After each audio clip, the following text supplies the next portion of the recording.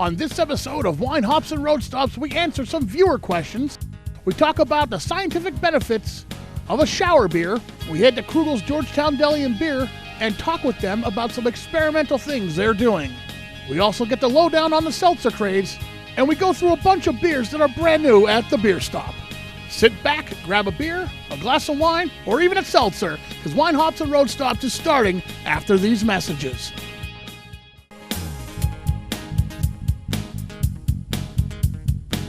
We're back here at the beer stop in West Hazelton with my good friend and co-host Alan. How you doing today? I'm doing great. Freezing cold outside, but we'll drink some beers and get even colder. It is fall. The seasons have changed.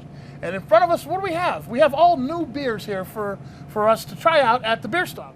Yes, well, the Great American Beer Fest is over, and they awarded over 300 medals. So I was going down through the list of all the beer companies that won medals there, and only 11 of those companies are really available in Pennsylvania. So I started kind of getting a little upset that, even though we've had 10,000 different beers here, that I just didn't have enough beer companies. So I literally scoured the area and found a whole bunch of different companies that we've never tried before or heard of before, quite frankly. So all these beers here are brand new to the beer stop, brand new to the area. I think the only brewery we've heard from before is the one on the end, which is Southern Tier. Yeah, Southern Tier came out with a nitro version of their Pumpkin, so I'm really looking forward to that. And I've actually sent them an email to try and see, because I aged the beers to see if I didn't know if you could age nitros. I guess we'll find out, won't we? Yeah. But first, let's talk about some viewer questions that we got. And if you want to send us a viewer question, easiest way to do it is through our Facebook page, facebook.com/wine, hops, and road stops. Ask us a question about wine, beer, good food. We'll talk about it all here. So, it is fall. We're deep into pumpkin beer season. And our first question comes from a viewer that asks us, is there actually any pumpkin in pumpkin beer? Now, the pumpkin beer can be brewed with pumpkin, or just pumpkin spices, or even squash. It's a pumpkin, which is a fruit, doesn't have much taste by itself. Many craft breweries have taken to added spices, typically found in pumpkin pie. Yeah, but quite frankly, I don't think there's one beer out there that doesn't add spices to their pumpkin beer. Because you would have to add something to it. Some of them are a little bit more higher on the alcohol level, and you get a different, more beer flavor, and some of them are really more heavily spiced, and you get the more pumpkin pie flavor. So pumpkin can be added into pumpkin beers, but not necessarily in all the pumpkin beers to be a pumpkin beer style. Right, it's really probably the lesser of the ingredients of it would be the pumpkin, I would think. Right, and even some of the ones that really, really taste like pumpkin, if you would look, there may not be that much pumpkin in it. Probably not. Yeah. They might even just use the rind of the pumpkin, I don't know.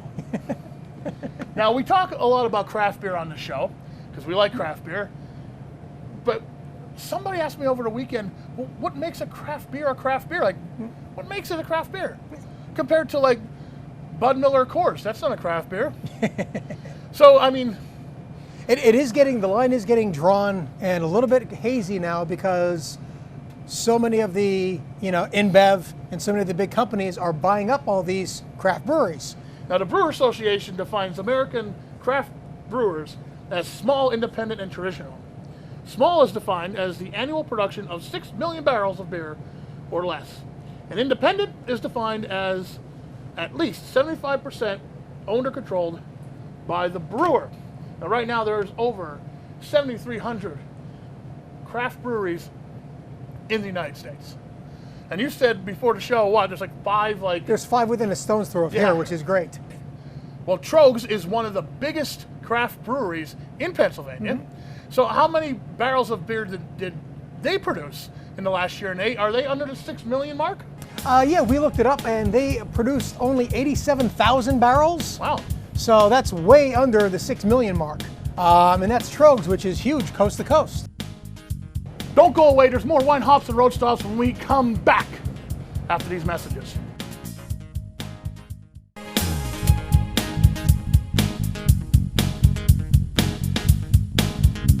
Right now we're in Wilkes-Barre Township at Krugel's Georgetown Deli and Beer. And again, I'm with Kevin. Kevin, how you doing? Hey, Jeff. We have experimental things to talk about here at Krugel's. You guys are experimenting crazy stuff. Like, look at this in front of me. What is this? What am I drinking here? So what you're looking at is something that's direct from the lab. we're totally at the experimental stage on this, but we're very excited. And so far, the customer response to it has been really overwhelming. Everybody's loving the new stuff that we're doing. It looks cool. So right now, what we're looking at is what we're calling glass dips. Okay. It's part of a larger glass preparation menu that we're working on. These are beers that we have on tap, and the glasses have been dipped in various sauces. What you're looking at in front of you right now, we've got Founders KBS that has been dipped in white chocolate. Okay. And we've got SBC Eat a Peach that has been dipped in cinnamon. This is what you came up with for me. This is right. Oh, this is going to do havoc to my beard here. But I'm going to try this right now. This Right. is white chocolate and something. Founders KBS. Oh, God. KBS. Yeah, is Kentucky great. Bourbon Stout. Let's try this. You have to lick it first, all right? That's it. All right.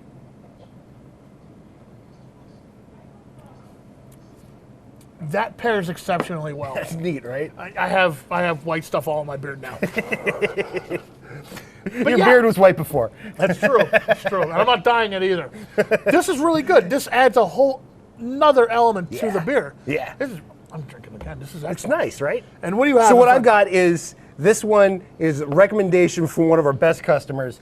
This is SBC Eat a Peach with a cinnamon rim dip. It's on my nose, I think. Okay. So let's try this one.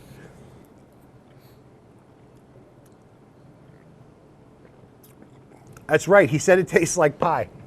It tastes like a I would peach never pie. try cinnamon and peach together, It's but amazing. it works. It's like peach cobbler.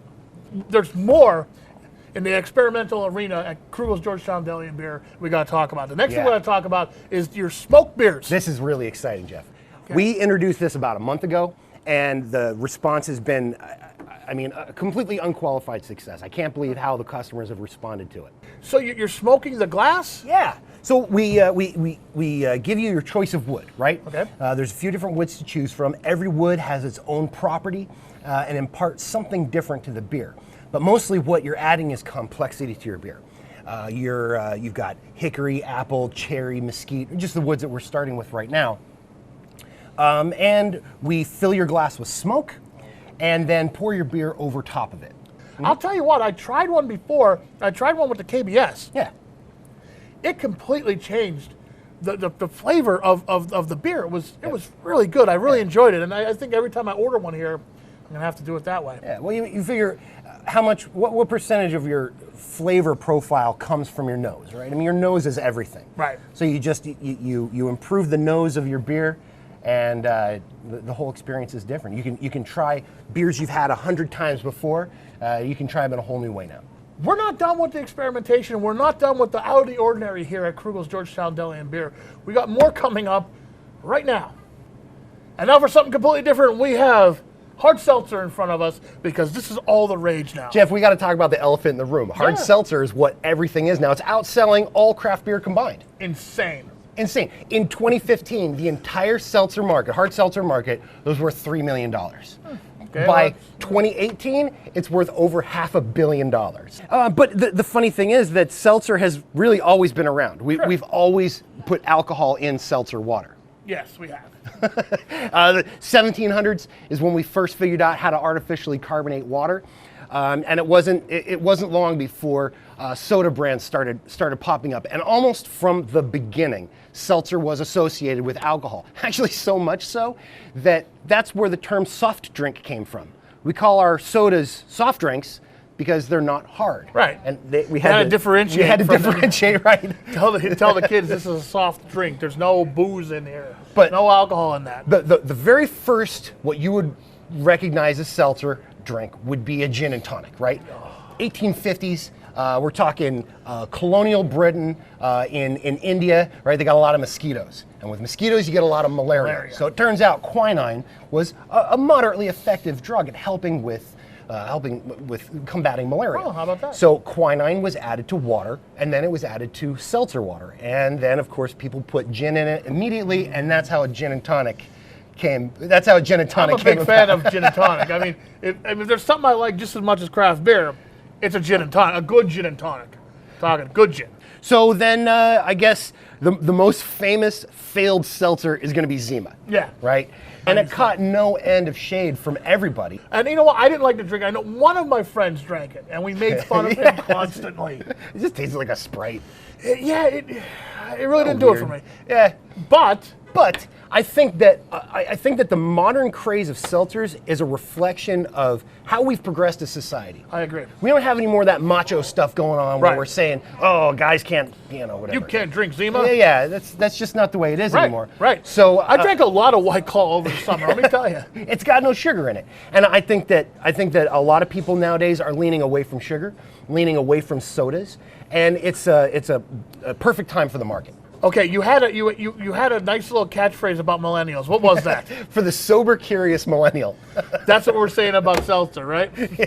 Of the seltzer market, White Claw represents 60% of the seltzer market. Crazy. Yeah, 60% of a $500 million market is a lot of money.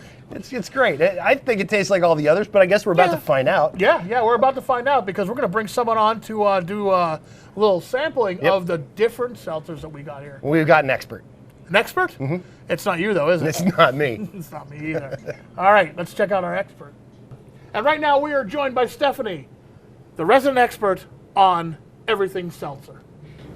Happy to be here. Thank you for having me. Of course.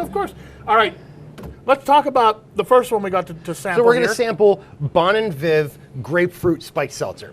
We're going to start with this one because this is the first of the modern era of your spiked seltzers. Okay. They brought this one back a few years ago. I don't know much about seltzers, but I've had this before. It's not too bad, right?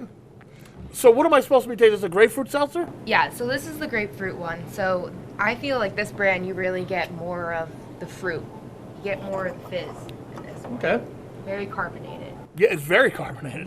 So this one's on the lower end of the seltzers. We're talking 4.5% and 90 calories. So you're talking like, okay, it's not going to kill my diet, right. and there's not a lot of booze in it.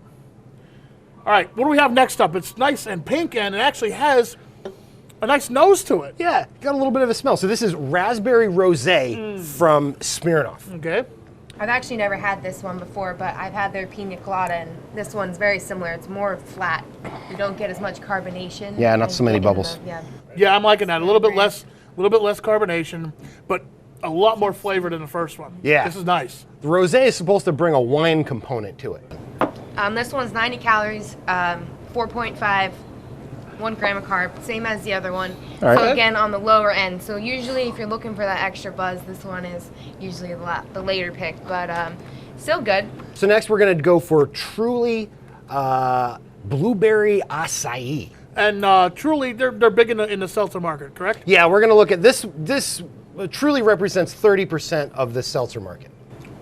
It's one of those that's been around from the jump. Same with White Claw. Okay. It's one of the top leading brands, and it's because it's been there from the beginning. Well, it's pretty good. I like it. I'm enjoying the blueberry taste to it. It's Tastes sweeter. It says it's got 1 gram of sugars in it. So truly, you can always count on there being that full flavor there in comparison with the other seltzers. You're always going to taste it. Next up we have White Claw Natural Lime. I've had this many times over the summer. This is their biggest seller? Yes, so I can say this is my #1 seltzer. I think it's because of the presence that they always have on social media. You can find them on any account. Oh, they're killing it. Yeah, absolutely. Yeah, there's no laws when you're drinking claws. So They don't like it when you say that. I know they don't. But it's, So okay, wait, Truth of the matter. that's not actually their slogan. Somebody else did that? No, a guy did a YouTube video. He got a cease and desist order pretty quick. Oh, okay, well, I understand, but they wrote it. You know, their marketing people are great. this one actually just went through a shortage because of how popular it was. Their sales was skyrocketed last year. And it's interesting to note that this is a brewed beverage too. This is an actual malted beverage. It's not just vodka put in. Some of them, like the Smirnoff, is clearly vodka added to a seltzer product, but this is specifically brewed. That's good. I like it. Probably my favorite. I like the lime because it reminds me of a gin and tonic. The flavoring feels more natural, if that's possible. It does. Yeah, it's just like a natural combination. Yeah, But this is not your favorite. it's not. It is not my favorite. We're going to check out her favorite next. And right now we have the White Claw that you like the best. This is what? The mango. This one is a great summer brew. It's one of the ones you expect. You get the full flavor all the way through. I think finishes, starts the same way. Oh, there's a nice little smell to it too. The mango is very strong. It punches you Yeah. right in the Oh, face yeah. when you bring it up. See, I like mango IPAs, so I'll probably like this. This is cool. I've never tried this many seltzers at one time. I Yeah, love this. He's always making fun of me now. Well, I'm gonna see him. I'm gonna see him won't with be the making White fun Claw anymore. soon. And finally, we have what I'm the most curious about: Natty Light, Natural Light Seltzer. Yep. What is going on? Yeah, what's going on? First of all, let's talk about the Natty Light part. Yes. Natty Ice is 5.9%. Right. Right. This Natty Light Seltzer is a full 6% alcohol. Okay, so listen, college guys. If you're only after the effect, drink this because you got more alcohol in this. You're well into craft beer territory at 6%. Absolutely, yeah. But how does it taste? Well, Pretty good. And you know what? College kids, it's cheap too, and you're getting that full flavor. And There you you know go. what? Natural Light always sneaks its way in there. Okay, well, at about a buck a can, you can't find much at You 6%. can't expect it to be as good as the other one, but you know, for what it is, I don't mind this get at the all. flavor. it's a little tart. It is tart. Well, if I was in college again and I only had like $5, It's the way to go. yeah, I'll tell you, I'm sorry to say this, Natural Light, but it's better than Natural Light. I'd rather drink this than a can of Natural Light. Oh, yeah, absolutely. Sorry. Step up. Thank you, Kevin. Thank you, Stephanie. Great time here at Krugel's Georgetown Deli and Beer, Wilkes-Barre Township, right next to the Big Cow. Don't go away. There's more wine, hops, and road stops when we come back.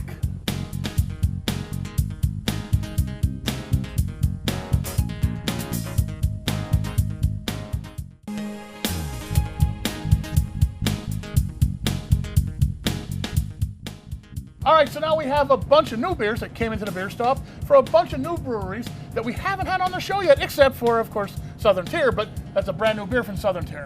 Yeah. So what do we have in front of us? We have mostly, luckily for you, mostly pale ales and IPAs and double IPAs. All right. So, you know, you're doing well today. Again, that's always the #1 style of craft beer. So, of course, any new companies out there, that's pretty much what they're going to try and hit the market with first. Right. So we think your new stouts will be coming in the next couple of weeks. Stout, it's getting cold now, so yes, we'll be revving up for stout season in another week or And two. then you'll be Yeah. happy. And then I'll be happy. All right, well, you know what? Let's start off. What do we have first? What's Okay, this? this is Mooey out of Bond Place Brewery in Pennsylvania, believe it or not. great. So this is their ordinary bitter ale, take on the English ale. Oh, Moe, you're pretty good, though. Yeah, You know what else I like about this? I'm a stickler for art. You know, so I like when a can looks cool. There's a cool looking, I don't know what that is, a creepy cat or something? I don't know. well, coincidentally, when I go and buy these and I'm at my distributor, usually, you know, you see a can with a cool label on it, Yeah. you end up buying it because, well, if I like to look at it, I'm sure everybody else will want to try it as well. It's like I used to do in the 80s with heavy metal albums. I'd be like, that is a really cool album cover. I'm buying that. Yeah, they were always the best back then. But no, that's a very nice, and we talked last show about respecting the style. It does respect the style. I agree. Yeah. I agree. It's a very good English ale. Yeah, and it doesn't go over the top, which is nice. Yeah. Next is from Toppling Goliath. I mean, there again, great can. Yeah. Great name too. Purple Dinosaur. Purple Dinosaur. This is their pale ale. And that's hazy. Smelly. Yeah, again, hazy's the term That's for the everything thing. these days. Like my one friend says, it looks more like juice than beer. It's very good, but I got to check the can, make sure that actually is a pale ale. Yep, it says right there, Pseudo Sue Pale Ale. Okay. That's an IPA. Yeah, it's Yes. strong enough. Absolutely, yeah. Nice though, great citrus tones. I like it. Yeah, no, it's very good. And Good. this one was called what? I This forgot one already. is Purple Dinosaur. Purple Dinosaur, Pseudo Sue. Okay. Pseudo Sue. Not Barney. That's the other Purple Dinosaur, right? Yes. Yeah, surprisingly, there hasn't been a collaboration with Barney. Not yet. I'd buy it. I'm dating myself here. I'm aging. I'm old now. I'm mentioning Barney. The kids at home are like, Barney. Now this is one which I thought was going to be local, Nanticoke Nectar, an IPA, but it's brewed in Maryland. So it has nothing to do with Nanticoke, Pennsylvania. I tried to contact them to try and find out if it does anything with but haven't heard back anything. So Probably not. probably not. No, they probably just somebody heard it somewhere and said, oh, it sounds kind of cool, and also begins with an N like nectar. So So that is another pale ale. This is an IPA. Oh, it's an IPA. Okay. Well, it doesn't have much of a nose to it. No, but you are getting a lot of hops in that. Oh yeah. Yeah. Yeah. This is what an IPA should taste like. Yeah, that's a no frills IPA. Yeah, you know, nice. forget the citrus tones, forget everything else, and hit you in the head with a sledgehammer of hops. A sledgehammer of hops. I agree. Yeah. But it's not dry hopped. No, Because it's not usually dry hopped. usually when they add a lot of hops to it, it tends to be dry hopped and real dry. Yeah. Well, this is good. This is like, it's almost like an old school IPA from like back in the day. Yeah, they'd probably, I don't know, what they'd probably call that the West Coast IPA. Sure. Yeah. Yeah. But no, another really nice beer. Next we have Spider Bite Company, beer company, and with their open wide double IPA. There's a bunch of hops on the can. Yep, so that's always a good sign. Yep. And there's like teeth and stuff too. And they did include the Galaxy hop in that, which I've always tried to find anything with Galaxy hops. I've always really enjoyed them. There's a nice nose on it. It has a lot of citrus tones to it. Again, that Galaxy hop. Yeah, really nice nose. I like the Galaxy hop. More and more I try that has Galaxy hop in it. It's becoming one of my favorite hops. I had to take a second sip of that because it wasn't what I was mentally prepared for. No. It's weird. It's a weird one. Yeah, it's almost almost a sour IPA, I would call it. Yeah, there's a little hint of sourness to Yeah. it. Not a lot of that Galaxy hop taste that you're No. used to from other breweries, like I'll throw Lord Hobo. Lord Hobo, yep. Their Glorious is made with Galaxy hop. Does not taste anything like this. No, not at all. Not at all. Spider Bite, that's a weird one. Yeah, that's odd. But I could see somewhere someone liking that. Oh no, absolutely. If you like sours and IPAs, it's kind of a little mix mash of both. All right, next we're back to the Toppling Goliath. Now this is another dinosaur beer. With two dinosaurs, I mean, you had to kind of try both of them. That's the this is T-Rex their one, right? King Sue double IPA. The little arms. Yep. I have T-Rex So arms, obviously they like Sue, so maybe Sue's the owner, because that was Pseudo Sue and this is King Sue. too. Okay, so there's two beers from the same company. There's this dinosaur motif running around. Ooh, that's a nice smell to it. Yeah. Yeah, but you know what? I actually like their Pseudo Sue better. Now maybe that's because it's the double IPA. That's exactly why I think. Yeah. Do you like this one better? I like this one better. Okay, 'Cause yeah, it seems like. Well, let me compare here. Because you're much more of the IPA guy. To me, this double IPA just seems like a double version of that one. Okay. It's very similar, except there's more to it. There's more hop character. There's more of everything. So, and there's probably more alcohol in that one too. Oh, I'm sure, yeah. Yeah. So this pretty much seems like, to me, the big brother of that one. Okay. Well, that makes sense then. You're the IPA guy, so the more hops for you, the better. I love it though. It's good. I'm liking Sue. Yeah. Sue's all right. good. Now, let's talk about this a little bit. Now, without further ado, as they say. Explain to the people at home what nitro actually does. What is the nitro part of this beer first, before we get into sampling it? The nitro is just that. It's nitrogen gas. So instead of carbonating the beer and then bottling it, they throw a little tab in it that's basically, kind of looks like a marble. So when you pop the tab, the difference in pressure of the can explodes and releases the nitrogen into the beer. So technically it's supposed to be like a fresh beer every time because it was never carbonated before you actually open the beer. Right, and that actually affects the taste to it too. Absolutely. Typically speaking, nitro beers tend to be a little bit more subdued. So if it's a nitro stout, it's a subdued stout. If it's a nitro IPA, it's a little subdued on that. Guinness is the one that really kind of, really came out with that. It is not a pumpkin pie beer to me. No. It's more of a pumpkin spice beer, like we were talking before. Right. It's more spice, but it's really beer. I mean, it's 9% alcohol, so you're really getting a big hit on that. Yeah, you could taste You can taste the burn a little. the burn. Yeah, it's boozy, but if you like pumpkin beers and pumpkin spice beers, this one's good. This one's really good. My wife loves them, so Okay. I'll have to bring one home for her. Yeah, if you think pumpkin beers are too wimpy, this is the beer for you. That's not a light beer. No, you're not going to polish off a six-pack of them. Well, you shouldn't. We'll just say that. It's not that you can't. You shouldn't. This is good, though. I like what it is, but one and done for me. Absolutely, yeah. I would drink one of these and that's it. And I would actually, I think I prefer the Pumpkin or even the Warlock. The Warlock is Southern Tier's Imperial Pumpkin Stout. Yes. Okay. Yes. So that has a similar alcohol content, but because it's a stout, it's a much heavier beer. And me personally, you know, the heavier the beer kind of can hold the alcohol better. Right. And there are your beers for this episode. Alan, I got a question for you. Are you a shower beer guy? I am not. I don't drink while I shower. I do once in a while. I know a lot of my friends are. So I figured it'd be kind of fun to talk about the science behind why people love to have a beer in the shower. Now, we all know having a beer after a long, stressful day at work is great. It releases feel-good chemicals in the brain, like endorphins and dopamine. Now, what's surprising is multiple studies have shown that showers help people think, relax, and maximize their creativity, and double the release of those feel-good chemicals when you add a beer to it.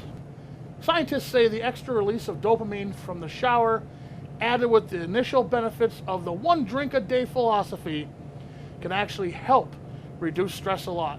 The heat and humidity make sense easier for people to detect. Now, it won't change what your tongue picks up as you're drinking the beer, but it will enhance it. Well, if you're going to have the one and done philosophy, I'd rather be sitting down watching a football game. Oh, the Brewdog Hotel that they opened up in Scotland, they actually have a refrigerator inside of the shower. Well, see, there you go. We got to go to Scotland to Brewdog.